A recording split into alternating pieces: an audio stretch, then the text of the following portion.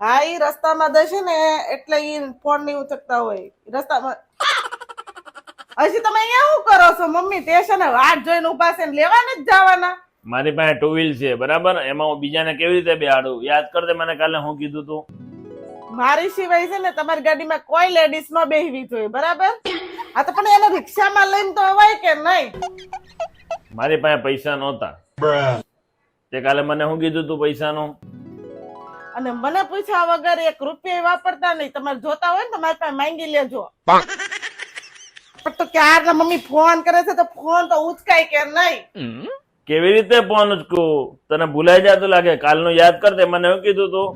અને મારી સિવાય કોઈ પણ લેડીઝ નો ફોન તમારે નથી ઉચકવાનો.